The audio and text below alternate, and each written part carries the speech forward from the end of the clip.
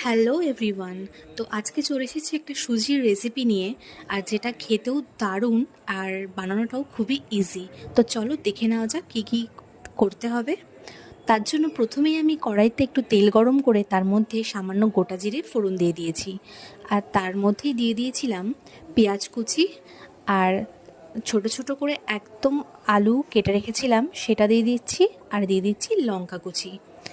সমস্তটাকে এবার ভালো করে তেলের সাথে একটু নাড়িয়ে চাড়িয়ে নিতে হবে। সব কিছুকে তেলের সাথে মিশিয়ে নিয়ে এবার এর মধ্যে দিয়ে দেবো সামান্য একটু নুন, আর দিয়ে দেবো এর মধ্যে একটু হলুদ গুঁড়ো। তোমরা চাইলে একটু লঙ্কার গুঁড়োও দিতে পারো, আমি যেহেতু কাঁচা লঙ্কা দিয়েছি তাই আর লঙ্কা গুঁড়োটা দিলাম না। এবার সব কিছুকে আবারও ভালো করে মিশিয়ে নিয়ে আলু আর পেঁয়াজটাকে ভেজে নেব। যখনই ভাজা হয়ে যাবে তখনই আমি এর মধ্যে দিয়ে দেবো সুজিটাকে। তোমরা যতটা বানাবে সেই পরিমাণ মতো সুজিটা দিও, আর সুজিটা দেওয়ানোর পর আবারও সব কিছুকে ভালোভাবে খুব মিশিয়ে নিতে হবে।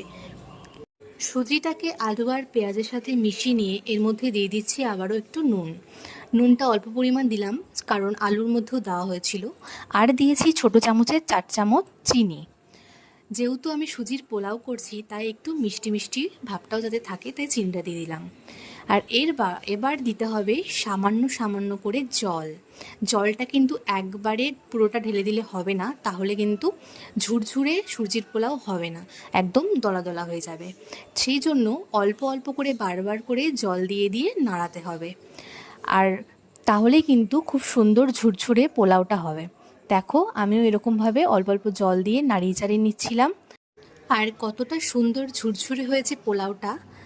তো ভালো লাগলে অবশ্যই আমার চ্যানেলটিকে সাবস্ক্রাইব করো, ভিডিওটাতে লাইক কমেন্ট শেয়ার করে দিও।